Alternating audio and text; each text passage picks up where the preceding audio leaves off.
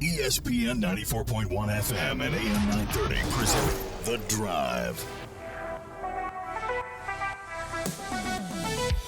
It is Thursday, April 17th. Your drive begins now on ESPN 94.1 and AM 930. I'm your host, Paul Swann. Our text line this hour, 304-396-TALK, 304-396-8255. Open text lines the entirety of the show today. I'm also giving you a chance to win a 4-pack of tickets to go see the Pittsburgh Pirates take on the Cleveland Guardians. It's coming up this Sunday. You have to do one thing, and that's just text to win. And again, that number, one more time, 304-396-TALK, 304-396-8255. It is brought to you by Clark's Pump and Shop.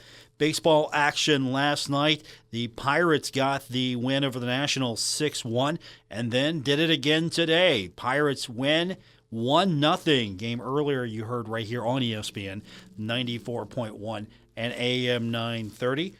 We've got NHL action tonight in Columbus. It's not as important as it might have been, but still, it's the final game of the season. The Blue Jackets will play host to the New York Islanders. A win by Montreal last night eliminated the Blue Jackets from the Stanley Cup playoffs.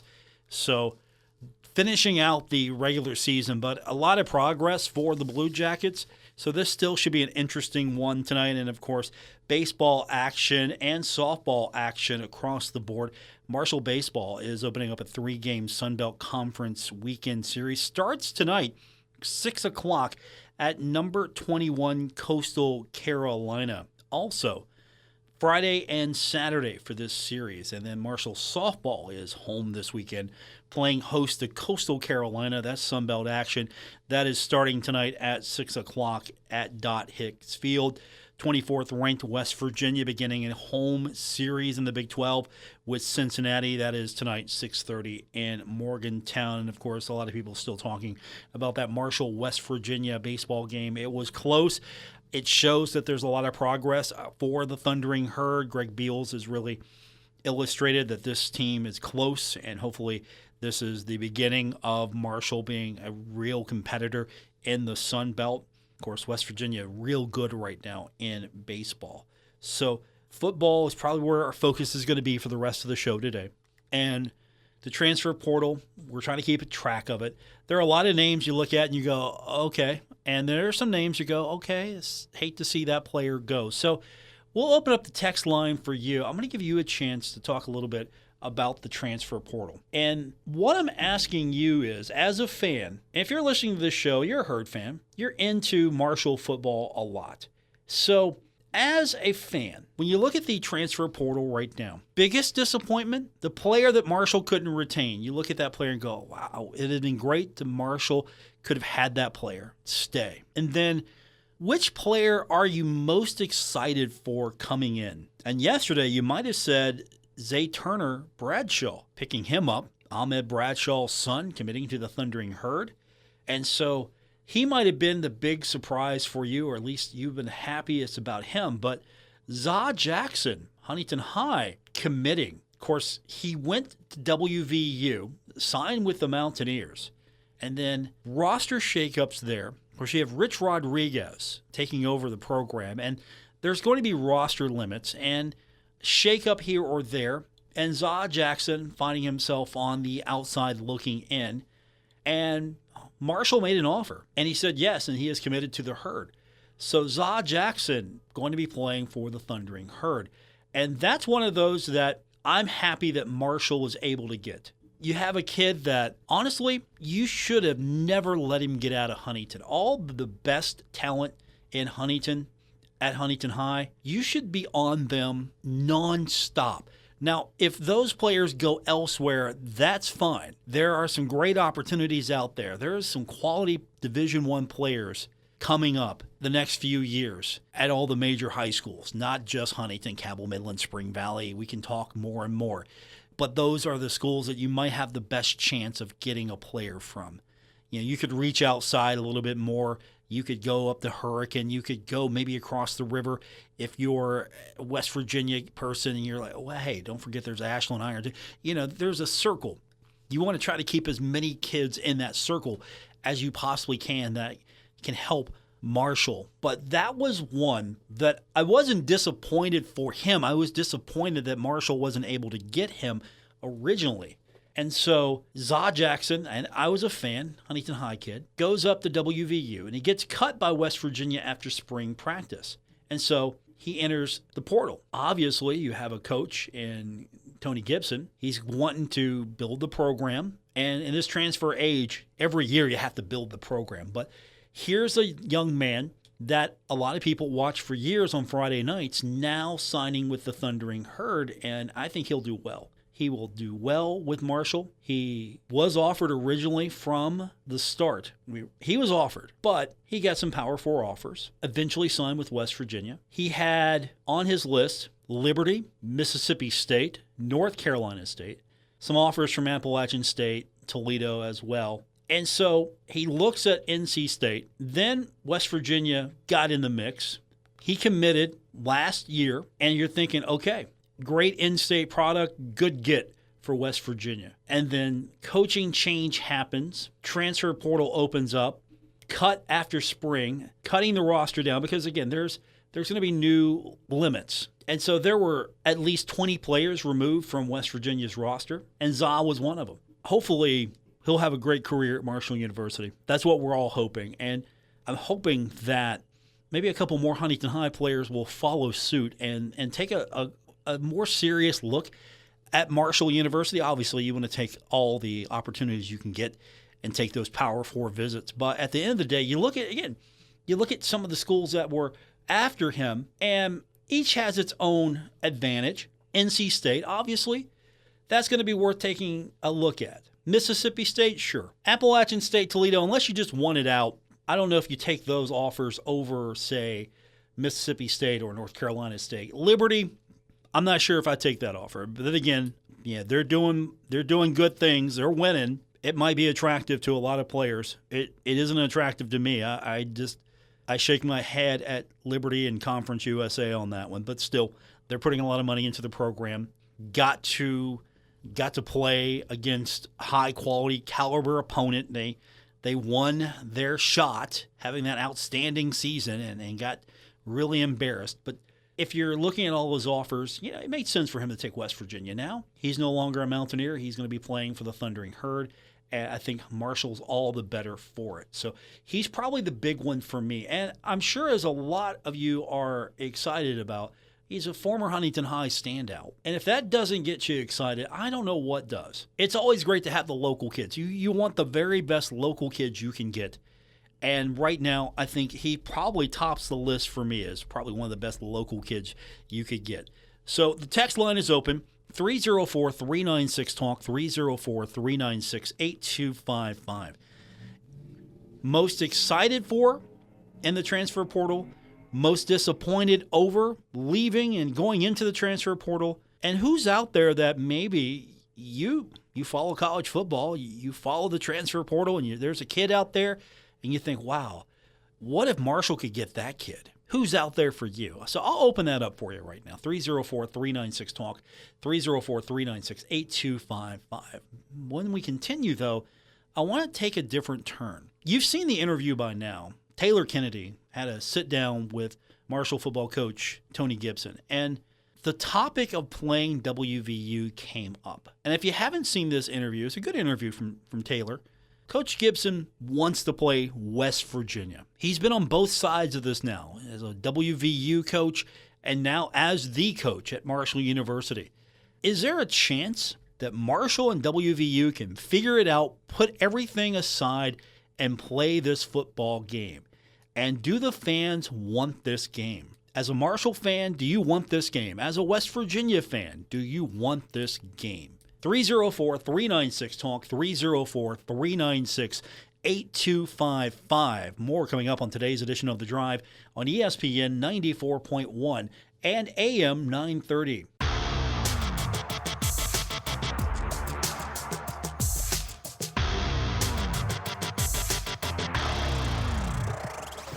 Hi, this is Dave Wilson, host of Metro News Talk Line, and you're listening to The Drive with Paul Swann on ESPN 94.1 and AM 930. Welcome back to our Thursday edition of The Drive here on ESPN 94.1 and AM 930. Our text line this hour is brought to you by Clark's Pump and Shop at 304-396-TALK, 304-396-8255. If you haven't seen the interview or read about it just yet, Coach Gibson had a sit-down, one-on-one interview with Taylor Kennedy from HT Media, specifically the Charleston Gazette-Mail. And he said in that interview that he wants to play them, meaning WVU. And he said it would be great for our state, our two universities, and keep the money in state. Okay, that's a nice sentiment. You have only two Division I schools in the state of West Virginia, Marshall being one of them, West Virginia being the other. And so two schools have not played in over, 13 years now? And so you look at this series, it's been one-sided. Absolutely. There have been flashes where Marshall might have had a shot, but the series is one-sided. It's 12-0 right now. Marshall hasn't won a single game in this thing. And so this series is ended. The basketball series is over as well. And I think some of that comes down to just the dynamics of personalities. When Dan D'Antoni said a few things, Bob Huggins kind of took offense to those things. The series ended, not just for the men, but for the women as well. And so now there's pushes again, this time coming from Coach Gibson, to play this series. And he's brought up Ohio, that West Virginia is going to Ohio, playing that game. And I thought that was a great get for Ohio, but bad scheduling for West Virginia, if I'm being honest and candid with you.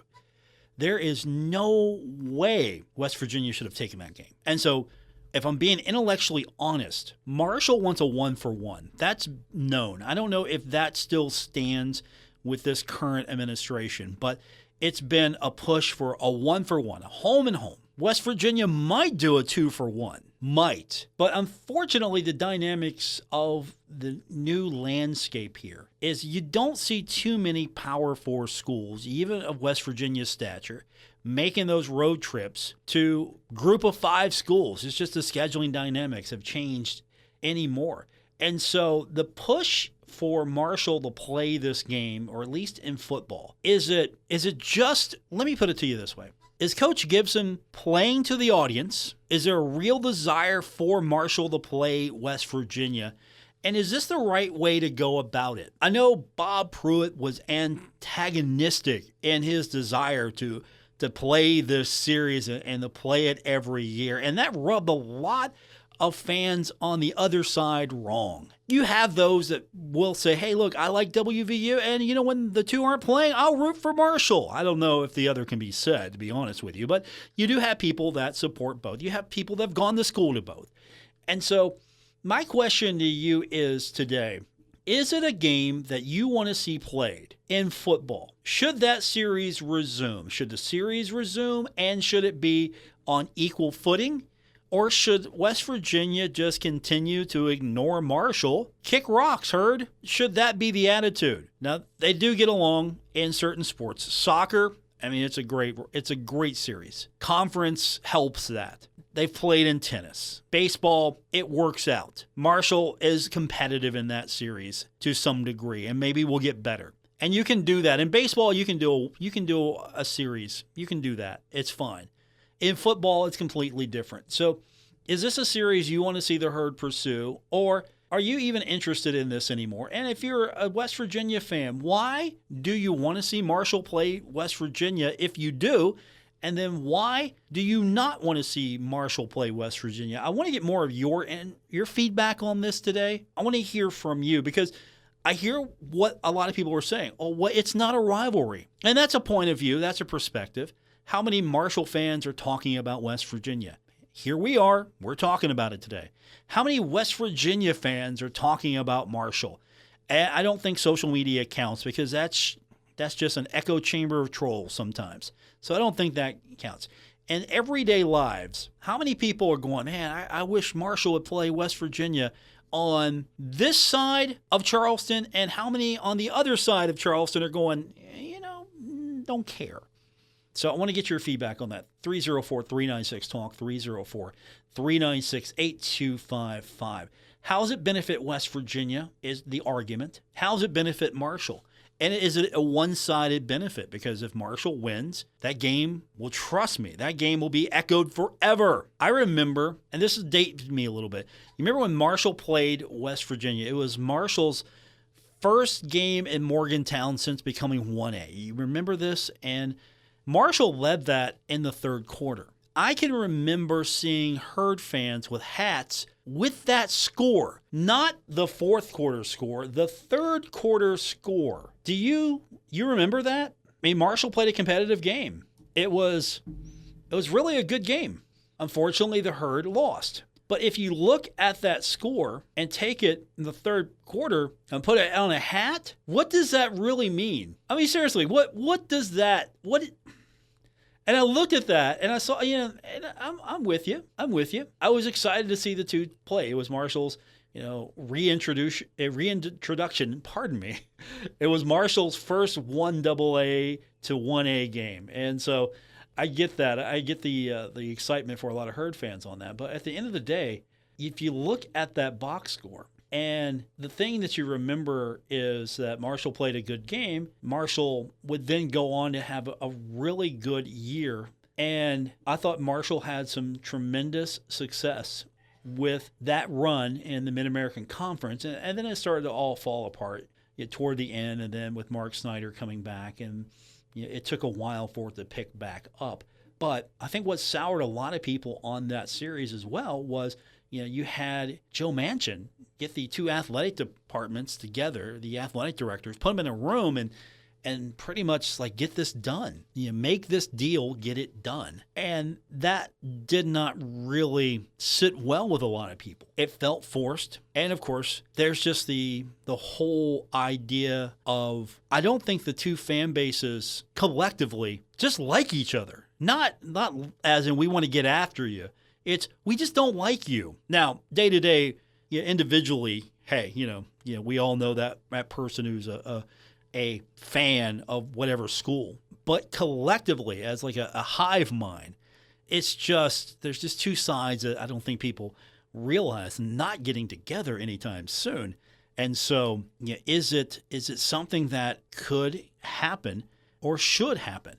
I'll leave it up to you. 304-396-TALK, 304-396-8255. That's our text line to be a part of the show today here on ESPN 94.1 and AM 930. Make the case why Marshall should play WVU or why WVU shouldn't play Marshall. A couple of texts are rolled in from our text line. Texter says, it's good for the state despite what the Mountaineer fans say. Appreciate the text. Also from the text line, the Mountaineers have lost all credibility with the Ohio game. Appreciate the text as well. So what do you think? Think that Ohio game is that the platform to stand on? Well, you're playing Ohio, and is it really more of a, okay, we'll play you, but we're not coming to Huntington thing? And on the flip side, is it we're a 1A school just like you, a Division I school. We've beaten Notre Dame. Can you say that? And so the two sides maybe are separated by a lot of, hey, we'll come to you, you come to us. No, we're not coming to you. If you want to play, we'll have. I mean, Bob Huggins said it a few years ago in the NCAA tournament, hey, we would love to play them. We have this wonderful arena. We would love to play host to them. But nobody even dared to mention, hey, we'll go to Huntington. Is that the big is that the big point that we're all standing on right now is, should this series be played? Should it be Marshall goes to Morgantown or Marshall should play for a home-and-home series or not at all? 304-396-TALK, 304-396-8255. That is our text line to be a part of today's show here on ESPN 94.1 and AM 930.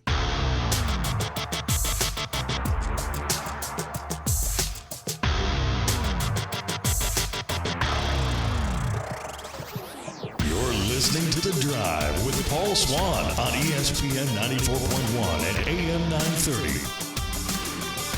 We continue on with this Thursday edition of The Drive on ESPN 94.1 and AM 930. Our text line is brought to you by Clark's Pump and Shop, and 304-396-TALK gets you in. 304-396-8255. Let's go to some of the texts coming in right now. First up, texter says, Paul, I don't want the WVU game largely due to the obnoxious fans. I don't want to go there and suffer their abuse, and I don't want them in our house. Appreciate the text. So bad experiences. I think we all have stories of having bad experiences going to and from West Virginia Marshall encounters, maybe in Charleston or maybe in Morgantown. And I'm sure there's been some WVU fans have had bad experiences in Huntington as well. It's not as pleasant of a series when you get some of the more rowdy elements on both sides going after each other. Also, from the text line, texter says, Paul, hey, Paul, I guarantee you West Virginia University will make more coming to Huntington than they will going to Athens, and all the money stays in state. Seems obvious to me. Appreciate the text. Who's that argument going to work on, though?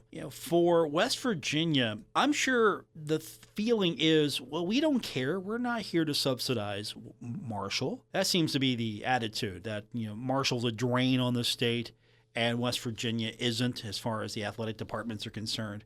And so it's that whole, I don't want my money going there. But that's been an argument I've heard. Hey, it's good for the state. It's good for everyone involved. There'll be money to be made. Appreciate the text. Thank you. Also from the text line, texter says, Paul, if Marshall accepts a one and done with WVU, no less than what Marshall got to play Notre Dame and Ohio State, and Sunbelt officials and 10,000 tickets they want to play, there you go. Appreciate the text. Hey, that's an interesting one. Like, okay, we'll play you. Here's the deal. As the texter added, they want to play us, pay us. I don't know if they want to play, though. That's probably the ultimate at the end of the day. They might say, hey, yeah, we'll play you. You got to come here. So, okay, we'll come there. If I'm Christian Spears, I don't know if he's going actively looking for this game, or is that just something that's on Coach Gibson's wish list right now, or he's trying to kind of rally support, or, again, he's rallying the fan base, getting everyone behind him.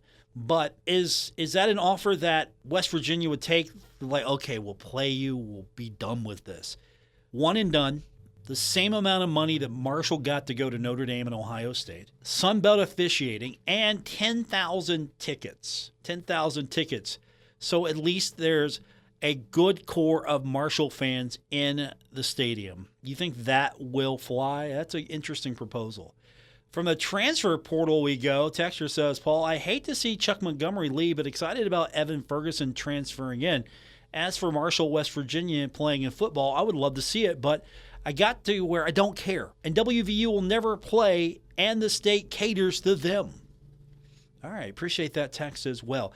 I mean, there is a distinct difference. You leave the immediate area, and I've traveled the state, maybe not as extensively as a lot of you have, but you could probably back me up on this. I hit the roads, and I leave the greater metropolitan area of Huntington. You get to Charleston, and there's a push. There's always a push between Marshall and West Virginia and Charleston. You go to other places, and it's just non-existent for Marshall.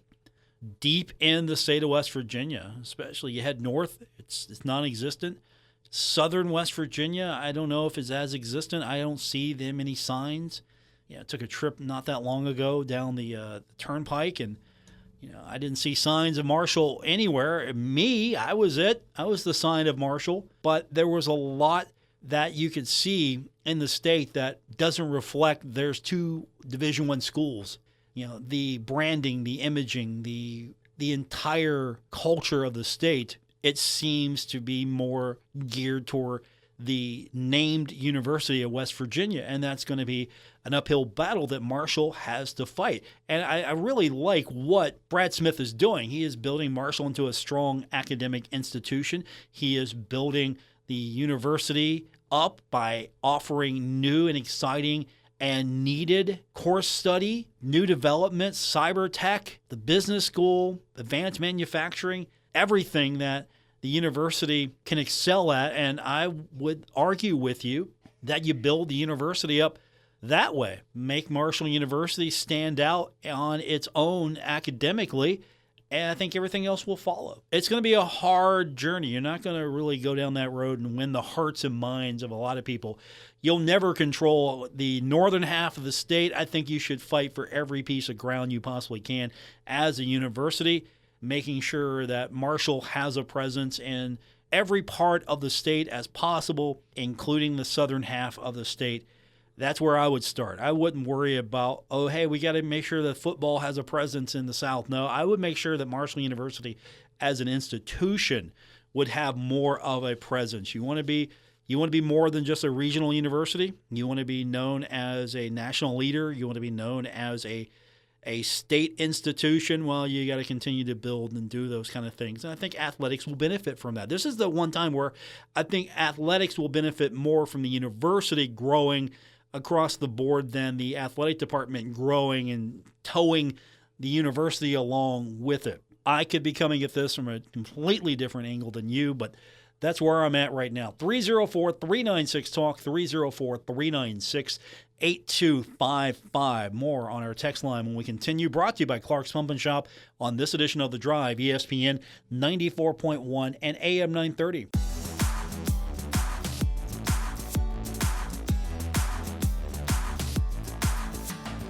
This is The Drive on ESPN 94.1 and AM 930. Follow at Paul Swann on X for Marshall sports updates and more.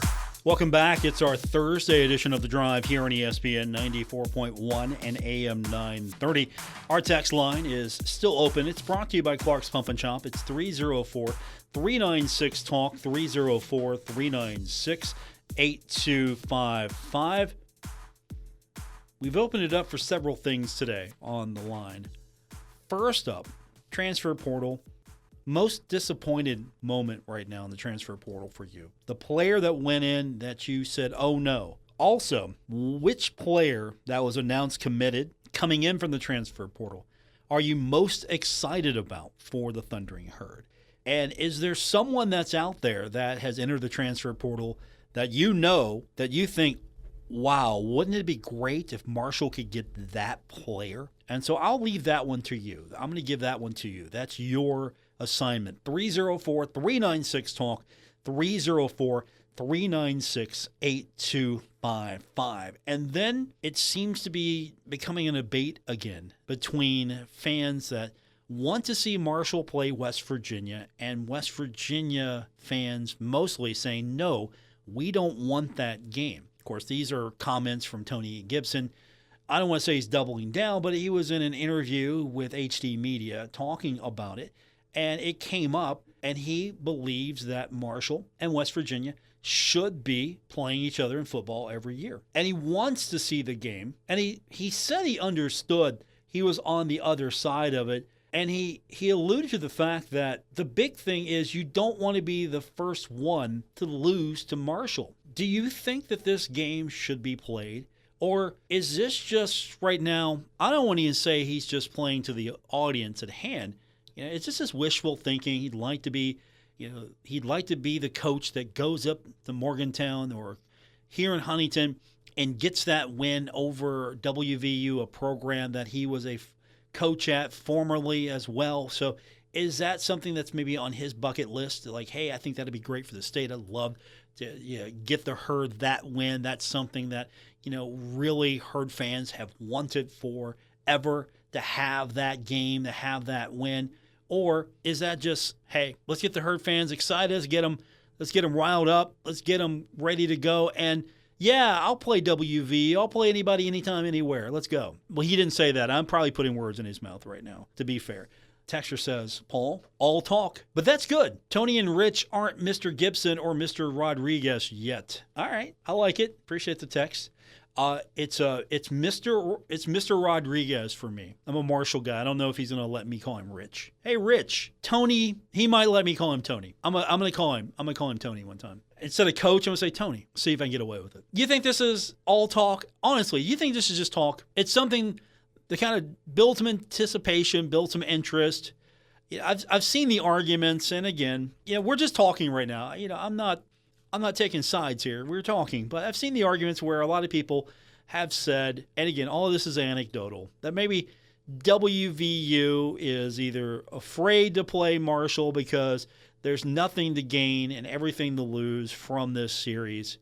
And so that's why you don't want to lose to Marshall, because if you lose to Marshall, Marshall fans will never let you live it down.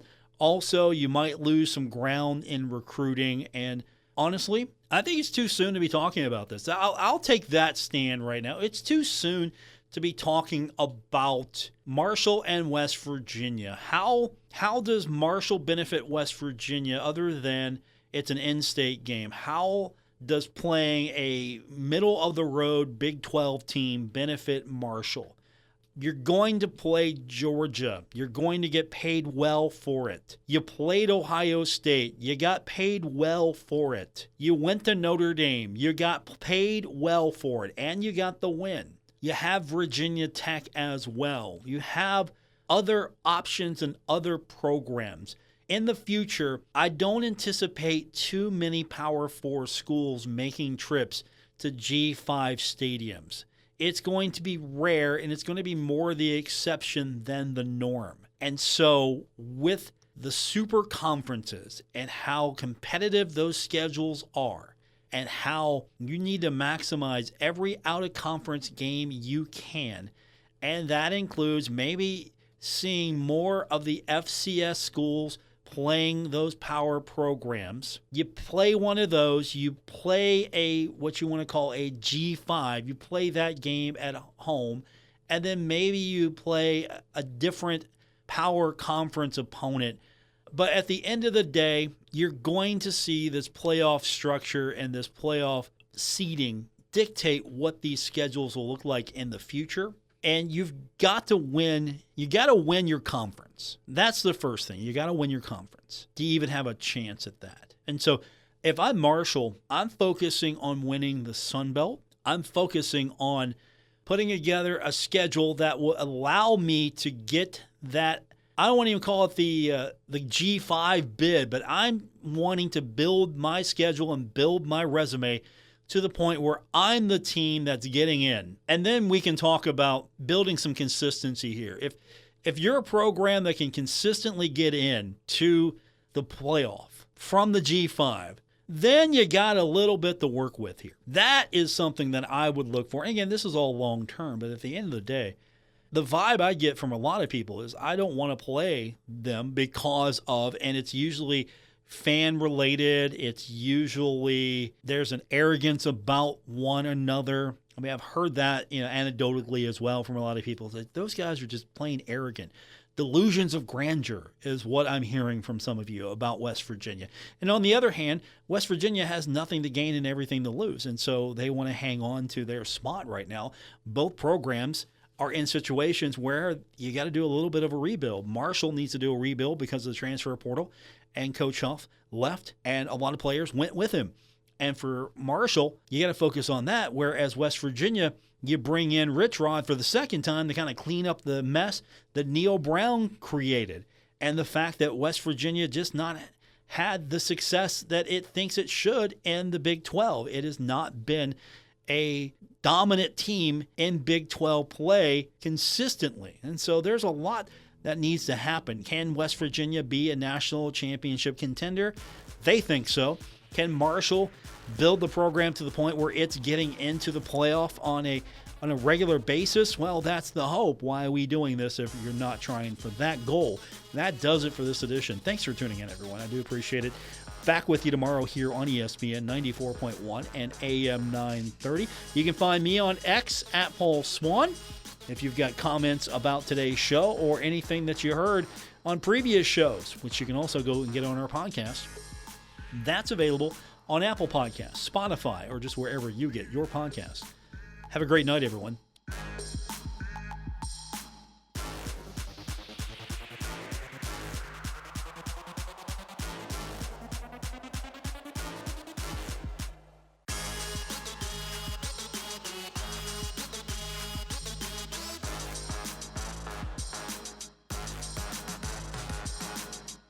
Broadcasting from the Dave & Buster's studios. Eat, drink, play, and watch at Dave & Buster's in the Huntington Mall. ESPN 94.1 and AM 930. WRBC, W231BS Huntington.